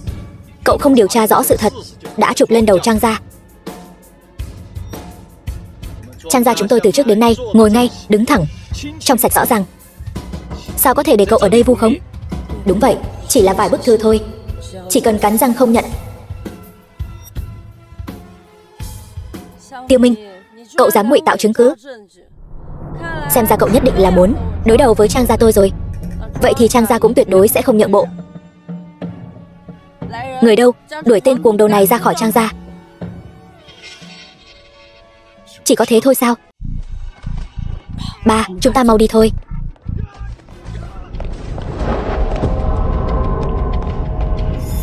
Chẳng phải đã nói rồi sao? Hai người này, ngay cả 10 giây cũng không đủ để cầm chân tôi sao? Vậy mà còn muốn chạy? Khó đối phó đấy. Muốn dựa vào một đống thư ngụy tạo mà đánh đổ chúng tôi sao? Ngụy tạo? Bản gốc của những bức thư này tôi đã sớm chuyển giao cho cấp cao Long Quốc rồi. Các người cứ chờ mất mạng đi. Tội phản quốc không phải là chuyện đùa đâu. Tiểu Nhã, chuyện này rốt cuộc là thế nào? Những bức thư này chẳng phải là con dùng để làm ăn sao? Ba vẫn luôn cho rằng con và Đông Doanh là giao dịch thương mại hợp pháp. Ba, sao ba có thể như vậy? Rõ ràng là ba phối hợp với ba. Đứa con bất hiếu lại dám làm ra cái chuyện đại nghịch bất đạo này. Ông là cha của Trang Nhã, sao có thể không biết chuyện này chứ? Đến lúc đó sẽ đưa hai người đi điều tra. Ngài Tiêu, tôi thật sự không biết gì cả. Tôi thân là gia chủ của Trang gia. Nếu biết con gái mình làm ra chuyện như vậy, tôi sẽ là người đầu tiên đuổi nó ra khỏi nhà. Bà đã làm như vậy ắt có lý do của ông. Núi vẫn còn xanh, lo gì không có củi đốt. Thưa ba, con không biết đó là cơ mật quốc gia của Long Quốc. Đám người Đông Doanh đó lừa con. Sao cô có thể không biết được? Những tin tức cô truyền ra ngoài, người bình thường căn bản không thể có được. Rõ ràng là đã được chuẩn bị kỹ lưỡng. Ngài Tiêu, Tiểu Nhã nhà tôi còn non nớt, bị người ta lừa rồi. Chuyện này cũng không thể trách nó được. Hay là để con bé xin lỗi cậu nhé. Bảo đảm sau này sẽ không tái phạm nữa. Chuyện này coi như cho qua đi. Còn non nớt, cô ta 20 mấy tuổi đầu rồi cũng dám nói. Ngài Tiêu, tôi thật sự không biết là chuyện gì. Xin cậu hãy tha cho tôi lần này. Tôi thật sự không có phản quốc. Xin cậu nể tình tôi đã từng giúp đỡ. Tiêu gia, cầm miệng. Tôi không muốn xem diễn xuất của cô, bất kể cô có vô tình hay không. Hôm nay cô phải chịu trách nhiệm cho hành vi của mình. Đặc sứ Tiêu đã lên đường rồi. Nếu ngài Tiêu không thể thông cảm, vậy chúng ta đành phải xử lý ngài Tiêu thôi. Quen biết tôi lâu như vậy, chắc không cho rằng còn có người đánh lại được tôi đấy chứ. Có lẽ đấy. Tuy rằng nhìn có vẻ bình thường, không có gì đặc biệt, nhưng bọn họ trang bị toàn là Đông Doanh, vũ khí tân tiến nhất. Tiêu Minh, cậu dù là người bình thường có lợi hại đến đâu, cũng không thể so được với công nghệ cao chứ. Sức mạnh của vũ khí không nằm ở bản thân vũ khí, mà nằm ở người sử dụng nó. Thấy chưa? Dù cho các người có vũ khí tân tiến đến đâu, trước thực lực tuyệt đối của tôi, cũng không chịu nổi một cú. Cậu vừa hay, đây chính là chứng cứ các người thông đồng với địch. Người đâu? Áp giải cô ta đi cho tôi. Ngài Tiêu, tôi thật sự không biết chuyện này là thế nào. Là Trang Nhã tự mình thông đồng với địch, chúng tôi đều không biết gì cả. Tôi tự làm tự chịu, đều là lỗi của một mình tôi. Xin đừng liên lụy đến những người khác của Trang gia. Vậy thì cứ bắt đầu từ cô mà tra. Luôn có một ngày sẽ tra ra rõ ràng. Trang gia trốn được hòa thượng chứ không trốn được miếu. Chúng ta hãy chờ xem. Ngài Tiêu, là Trang gia quản giáo không nghiêm, gây phiền phức cho các vị rồi. Làm bộ làm tịch.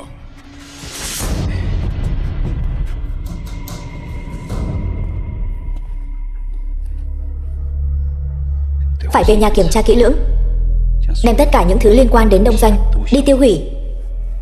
Sau đó đi cứu Trang Nhã. lập tức tiêu hủy toàn bộ thư từ trong mật thất và kho của tôi. Còn nữa, xóa sạch nhật ký máy tính của tôi và Trang Nhã. Phòng bị nghiêm ngặt. Vâng. Tiêu Minh điều tra sâu đến vậy. Rốt cuộc hắn ta là người như thế nào? Hay là Tiêu Sương và Long Quốc đã chú ý đến Trang gia rồi? Trang gia nguy rồi. Không thể không phòng bị. Trưởng lão, tử sĩ được Trang gia bí mật huấn luyện có bao nhiêu? Không đủ. Còn lâu mới đủ. Phải tăng gấp 3 lần nữa.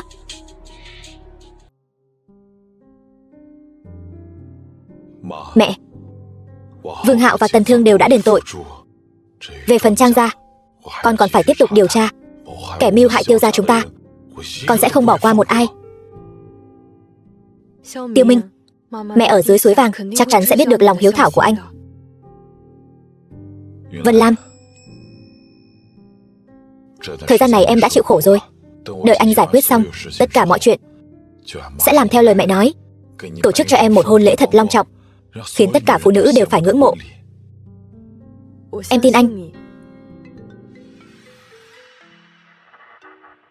Tiêu Sương, Chiến Thần, thư từ đã được giải mã. Trang gia đã tiết lộ cơ mật quốc gia của Long Quốc cho Đông Doanh, đổi lấy sự ủng hộ của họ đối với Trang gia. Chứng cứ xác thực. Để xem lần này Trang gia làm sao trở mình.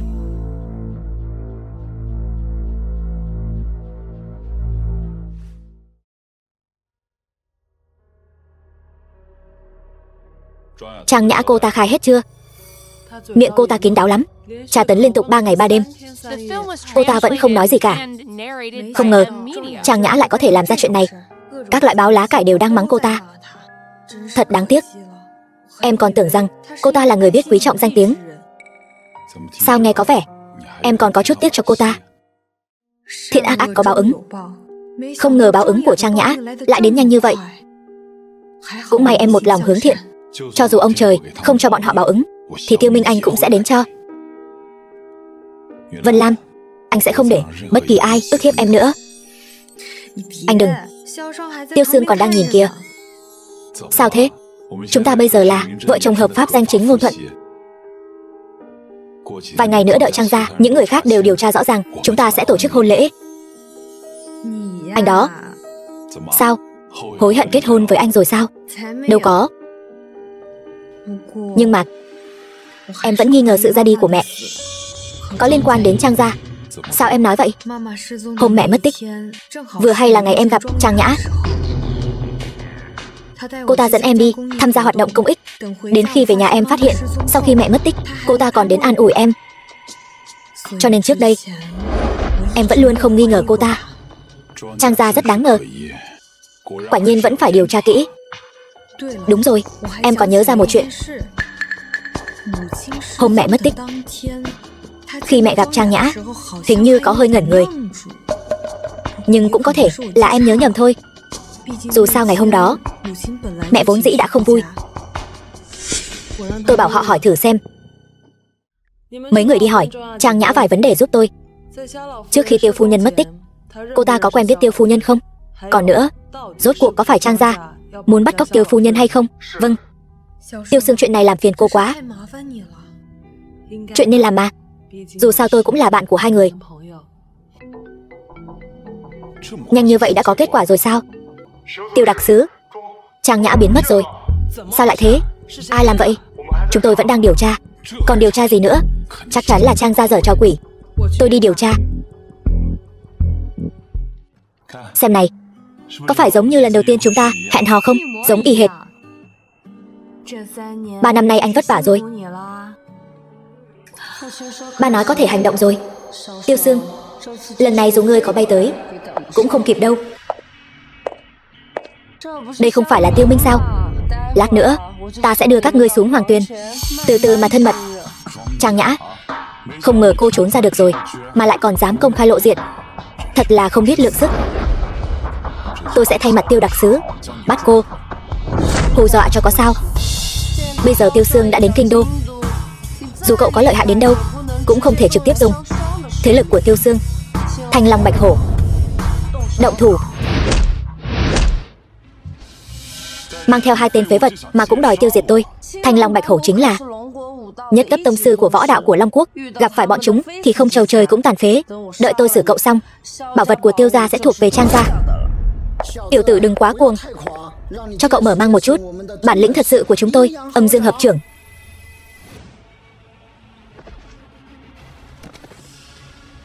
Âm Dương Hợp Trưởng quả thật lợi hại. Đáng tiếc là nó đánh không chúng tôi, cũng chỉ là vô dụng thôi. Rốt cuộc cậu muốn làm gì? Rốt cuộc cậu là thân phận gì? Sao ngay cả tôi chỉ là một công dân yêu nước bình thường của Long Quốc mà thôi. Ngược lại, tôi còn có rất nhiều vấn đề muốn hỏi cô.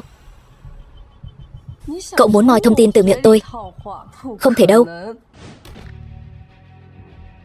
Vân Lam, xem ra hôm nay không thích hợp để chúng ta thả lỏng tâm trạng, phải đi kinh đô trước, giao Trang Nhã cho Tiêu Sương.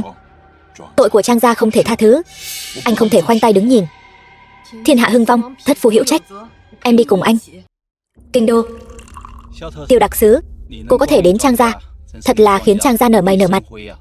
Đừng có nói mấy lời vô nghĩa này, mau chóng giao người ra đây. Các người chứa chấp kẻ phản quốc, đều là tử tội. Không biết Tiêu đặc sứ có ý gì? Trang Nhã đào thoát, chẳng lẽ không phải do đặc sứ trông coi không cẩn thận sao? Trang gia sao có gan mà ra tay dưới mí mắt của đặc sứ chứ? Huống chi Trang gia vì chuyện này đã sớm trục xuất Trang Nhã khỏi gia môn rồi. Dẻo miệng, chúng ta không cần thiết gì phải nói chuyện tiếp. Đặc sứ, Tiêu đặc sứ. Gia chủ, xem ra Tiêu đặc sứ vẫn chưa tìm thấy bằng chứng khác. Trang gia tạm thời bình an, không biết Trang tiểu thư bên kia thế nào. Hiện tại Tiêu gia không có sự che chở của Tiêu đặc sứ. Trời cao hoàng đế xa, bảo vật Tiêu gia sớm muộn gì cũng là của Trang gia. Còn phải nói sao? Bảo vật Tiêu gia chính là món quà mừng thọ tốt nhất mà ngài tặng cho trưởng lão. Cái mà ta mang đến đây mới là món quà tốt nhất của Trang gia các người. Tiêu Minh, Tiểu Nhã, chuyện gì xảy ra? Không phải các người đang ở Lạc Thành sao? Ba, cứu con. Hắn ta thuê trực thăng bay tới đây. Thuê? Cái trực thăng đó là của tôi. Cần thuê sao? Thành thật chút đi, Tiêu Sương hình như không ở đây. Không sao, cô ta còn nhiệm vụ khác. Tiêu đặc sứ sớm đã đi rồi. Các người có bắt được Trang Nhã cũng vô dụng thôi. Dám ở địa bàn của Trang gia ức hiếp người của Trang gia. Tôi thấy người sống chán rồi. Xem ra Trang gia là muốn chứa chấp kẻ phản quốc. Thì sao nào? Tiêu Minh, cậu cùng lắm chỉ làm mưa làm gió ở Lạc Thành thôi. Đây là kinh đô. Nhưng Trang gia mới là người có tiếng nói khắp thiên hạ. Không nơi nào không phải là đất của vua. Mọi người trong cõi không ai không là thần dân của vua. Trang gia lại dám ở Long Quốc kinh đô, vô cùng phóng túng. Xem ra hôm nay tôi phải dạy dỗ các người cho tốt. Dạy dỗ chúng tôi? Chỉ dựa vào cậu sao? Cậu chẳng qua chỉ là biết đánh vài người, còn muốn đối đầu với cả Trang gia sao? Người đâu? Bắt lấy Tiêu Minh. Lực lượng phòng vệ của Trang gia chúng tôi đủ sức tạo thành một đội quân. Cho dù là Tiêu đặc sứ ở đây, các người cũng không thoát khỏi lòng bàn tay tôi. Thật sao? Đã như vậy Trang gia dốc hết toàn bộ lực lượng phòng ngự, vậy tôi cũng không giả vờ nữa. Tất cả thiên su tướng sĩ nghe lệnh tôi, bảo vệ Trang gia. Tiêu Minh, cậu diễn kịch còn giỏi hơn tôi đấy. Sắp tới số rồi, còn thật sự coi mình là thiên su chiến thần sao?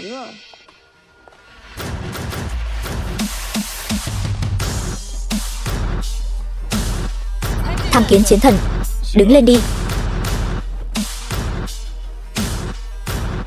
Tiêu đặc sứ, cô, không phải cô đi rồi sao? Chiến thần có lệnh, toàn thể tướng sĩ phải phục tùng. Các người muốn động thủ với chiến thần sao? Không có, lui xuống hết đi. Tiêu đặc sứ, tôi chỉ là muốn mấy người bạn này làm quen với ngài Tiêu thôi mà, không ngờ lại kinh động đến cô. Ba, cái chiến thần của hắn là giả đó. Trước đó con đã hỏi đông danh rồi, trong Long Quốc chiến thần hoàn toàn không có ai tên là thiên su chiến thần cả. Một tên phản quốc như cô mà dám bất kính với chiến thần, đưa cô ta đi cho tôi. Hôm nay chúng tôi sẽ xử cô theo quân pháp. Ba, cứu con, bọn chúng muốn lấy mạng con. Tiêu đặc sứ, xin cô, xin hãy nghĩ đến việc Trang gia bao năm qua đã đóng góp tiền của cho Long Quốc. Tha cho Trang Nhã đi, con bé vẫn chỉ là một đứa trẻ thôi mà. Đứa trẻ cái rắm, phản quốc là đại kỵ, dù là thiên tử phạm pháp cũng phải chịu tội như dân thường. Xem ra Tiêu đặc sứ cố ý gây khó dễ cho tôi. Người đâu? Ông dám uy hiếp Tiêu đặc sứ? Có gì mà không dám. Tôi đã nói rồi, toàn bộ lực lượng phòng vệ của Trang gia chúng tôi không hề thua kém bất kỳ quân đội nào của Long Quốc. Nếu Tiêu đặc sứ không nể mặt tôi, vậy tôi cũng không cần phải nể mặt cô ta. Thiển Cận, hôm nay sẽ cho tôi biết thế nào là uy lực của đội quân Thiên Du. Cậu làm bộ làm tịch cái gì? Đến cả Tiêu đặc sứ tôi còn chẳng để vào mắt, còn đến lượt cậu sao? Lên! Đội quân Thiên Du là lực lượng vũ trang cơ mật tối cao của Long Quốc. Bọn ông và lũ rác rưởi đông doanh kia đâu có tư cách biết đến những điều này. Dù là đội quân nhỏ yếu nhất do tôi chỉ huy, cũng có thể bao vây tiêu diệt Trang gia sạch sẽ. Trang lão gia, chúng ta không chống đỡ được nữa rồi. Chuyện gì xảy ra vậy? Các ngươi rốt cuộc là ai? Tiêu đặc sứ vừa mới nói rồi còn gì? Tai của ông điếc hả? Tham kiến Thiên Su chiến thần, lúc trước là thuộc hạ mạo phạm, bây giờ đã biết sai rồi. Biết sai rồi, xin chiến thần người giơ cao đánh khẽ, tha cho Trang gia đi, tha cho các người. Không thể nào, trước đây Trang gia đã tiêu diệt Tiêu gia chúng tôi như thế nào, tôi sẽ cho Trang gia các ngươi nếm thử cùng một mùi vị. Chiến thần, trước đây chúng tôi cũng là bị Tần gia che mắt mới tham gia vào việc tiêu diệt Tiêu gia, nhưng người động thủ là hai nhà Tần vương, không liên quan đến chúng tôi, còn dám cãi chảy cãi cối. Trang gia rõ ràng là chủ mưu đứng sau. Nếu không bảo vật của Tiêu gia, trước đây sao lại rơi vào tay Trang gia được? Là Tần gia bọn họ dâng lên, chúng tôi cũng không biết là làm sao. Bọn họ đều đem những thứ chân quý nhất, bảo vật của Tiêu gia dâng lên. Ông nói các người còn không phải là chủ mưu. Chiến thần, là chúng tôi sai rồi. Chúng tôi không nên mơ ước bảo vật của Tiêu gia, khiến ngài nổi giận. Các người đối đầu với Tiêu gia lâu như vậy chính là vì bảo vật của Tiêu gia. Lẽ nào ông không biết công hiệu của bảo vật Tiêu gia sao? Tương truyền bảo vật của Tiêu gia có thể khiến gia tộc kéo dài trăm năm không suy. Phàm là những gia tộc có máu mặt ở Long Quốc, ai mà không động lòng. Loại lời đồn này mà các người cũng tin sao? Nếu vận mạnh gia tộc thật sự có thể dựa vào một món bảo vật để che chở, vậy Tiêu gia sao lại phải chịu tai họa bất ngờ? Chiến thần, xin ngài nể tình nhà họ Trang đã vì Long Quốc cung cấp nhiều nhân tài trong các ngành các nghề như vậy. Xin hãy tha cho nhà họ Trang lần này đi. Nhân tài? Tôi thấy người là cung cấp gián điệp trong các ngành các nghề thì có. Nếu không có nhà họ Trang có mạng lưới tình báo rộng lớn như vậy, thì đông doanh gần đây làm sao có thể lại mưu đồ gây rối ở Biển Đông? Không có mà. Chiến thần, nhà họ Trang ngoài Trang Nhã ra, những người khác đều an phận thủ thương. Chúng tôi đều không biết Trang Nhã đang làm gì. Ta vừa rồi che chở nó chẳng qua là vì thương con mà thôi. Những lời này ông cứ chờ ngồi trong mục mà nói đi. Hôm nay nhất định phải điều tra toàn bộ nhà họ Trang. Không lâu trước vừa có người của tình báo đông doanh đến đây, tuyệt đối không thể để bọn họ tra được. Chiến thần, tôi thề những người khác của nhà họ Trang chưa bao giờ làm chuyện gì phản bội Long Quốc. Ngài muốn hành hạ Trang Nhã, tôi cũng sẽ không ngăn cản nữa. Ba, con không phải là đứa con gái mà ba yêu thương nhất sao? Tại sao ba lại đối xử với con như vậy? Cầm miệng, con chẳng lẽ muốn lôi cả nhà họ Trang chôn cùng với con sao? Con đây là tự mình chuốc lấy. Tiêu Minh, ngài đừng tin ông ta, tôi mới là vô tội. Trước đây luôn là bọn họ liên lạc với đông doanh, cuối cùng sự việc vỡ lở mới đẩy tôi ra chịu tội thay. Mày đúng là đứa con bất hiếu, tự mình làm ra cái chuyện đại nghịch bất đạo này, còn muốn vu khống cho những người khác của nhà họ Trang. Không cần chiến thần động tay, nhà họ Trang chúng ta sẽ xử tử ngươi. Cô ta là phạm nhân bị đội quân Thiên Su giam giữ, không có sự cho phép của quân Thiên Su, bất kỳ ai cũng không được động thủ. Người đâu?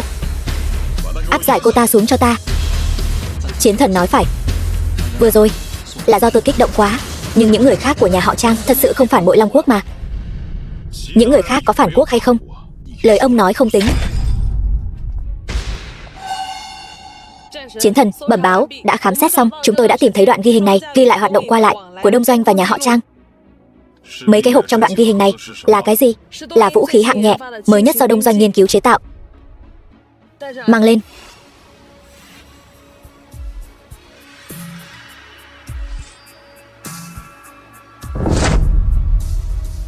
Những vũ khí này nhìn bề ngoài không có gì lạ, nhưng sức sát thương lại vô cùng lớn, chỉ có thể dùng trong các hoạt động quân sự. Nhà họ Trang còn chuẩn bị nhiều nhân lực như vậy, là muốn mưu phản sao? Đã bị phát hiện rồi. Vậy thì tôi cũng không giấu giếm nữa. Tiêu Minh, cậu tưởng cậu là ai? Chỉ là một chiến thần mà thôi, chẳng phải vẫn là phàm nhân sao? có thể chống lại được vũ khí mới nhất do Đông Doanh nghiên cứu chế tạo sao? Tại sao ông lại làm như vậy? Trang gia ở Long Quốc đã sớm là đệ nhất thế gia, ông còn có gì không thỏa mãn? Thỏa mãn? Thế gian ai mà thỏa mãn chứ? Chỉ là một đệ nhất thế gia mà thôi, sao sánh được với vị trí quốc chủ Long Quốc, hấp dẫn hơn nhiều. Ông Trang gia lại dám mưu phản, tội không thể tha. Người đâu? Bắt hết tất cả người của Trang gia, mau chóng bắt về quy án, tôi xem ai dám. Tôi đã chôn 1000 tấn thuốc nổ dưới Trang gia. Hôm nay các người không tha cho Trang gia, vậy thì chúng ta cùng nhau mất mạng, không ai có thể sống sót rời khỏi đây. Chiến thần, phải làm sao đây? Đi điều tra. Rõ. Cậu còn dám phái Tiêu Sương đi điều tra? Người đi đời đầu tiên sẽ là cô ta đấy. Ồn ào. Vì nước hy sinh là chân lý của mỗi một tướng sĩ Thiên Su. Tiêu Minh, bây giờ cậu nghĩ kỹ chưa? Nếu như bây giờ cậu tha cho Trang gia, chúng ta sẽ giữ bí mật cho nhau. Chúng ta ngồi lên vị trí quốc chủ Long Quốc và Đông Doanh, nhất định sẽ không bạc đãi cậu. Nếu như cậu kiên trì, đội quân Thiên Su thề bảo vệ Long Quốc, cho dù cùng ông đồng quy vu tận, tôi cũng sẽ không để loại ti tiện như ông, tiểu nhân được đắc chí. Cho dù các người nguyện ý mất mạng, xem thử tiểu tình nhân của cậu có nguyện ý không kìa. Mặt cũng trắng bạch rồi. Vân Lam, em không sao chứ? Anh cho người đưa em ra ngoài trước, em không phải người của quân Thiên Su, không nên cùng chúng ta đi vào đường cùng. Tiêu Minh, em không sợ, cho dù ở đâu, em cũng muốn ở cùng anh. Nhưng mà anh mất mạng rồi, em cũng sẽ không sống một mình. Cứ để em ở lại đây đi. Đồ đàn bà thối, cũng có chút khí phách đấy. Vậy thì các người cứ chờ mất mạng đi.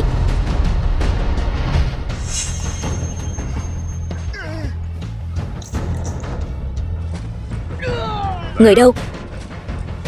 Tôi sẽ không để ông dễ dàng làm được.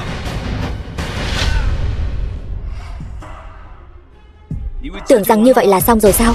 Cho dù bây giờ tôi không bấm, 5 phút sau nó cũng sẽ tự động nổ tung. 5 phút đủ để quân Thiên Su toàn bộ rút lui rồi. Chiến thần, chúng ta toàn bộ đã gỡ bỏ thuốc nổ rồi. Cái gì? Không thể nào, tuyệt đối không thể nào. Cậu lại không ngờ tới đúng không? Quân Thiên Su chúng tôi nhân tài đông đúc, gỡ mấy quả bom của ông có là gì? Cậu, người đâu? Áp giải đi. Xem ra Trang gia khí số đã tận rồi. Vân Lam, đợi bọn họ xử quyết xong, chúng ta có thể an tâm chuẩn bị hôn lễ rồi. Chiến thần, Trang gia tổng cộng 500 người đều đã thẩm vấn xong, phàm là những kẻ liên quan đến mưu phản quốc đều đã xử quyết toàn bộ. Cuối cùng cũng kết thúc rồi. Ngày kia là đám cưới của tôi và Vân Lam. Tiêu Sương, cô nhất định phải đến đấy. Vâng, đây là việc riêng. Tiêu Sương, cô không cần phải khách sáo như vậy đâu. Đến đây, mau ngồi xuống đi, đừng câu nệ như vậy. Vâng, chiến thần phu nhân. Cứ gọi tôi là Vân Lam là được. Nhưng mà Tiêu Minh thật sự là chiến thần, chuyện này vẫn chưa thích ứng được. Thật là, vậy mà lại giấu em lâu như vậy. Là lỗi của anh, không nên giấu vợ lâu như vậy, khiến em phải lo lắng. Bao nhiêu năm như vậy.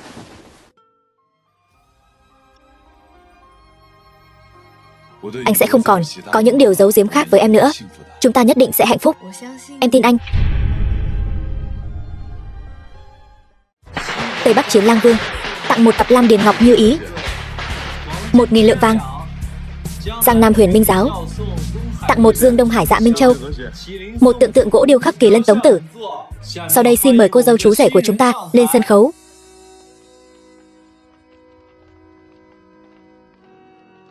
Chiến thần và phu nhân thật là trai tài gái sắc, trời đất tác hợp.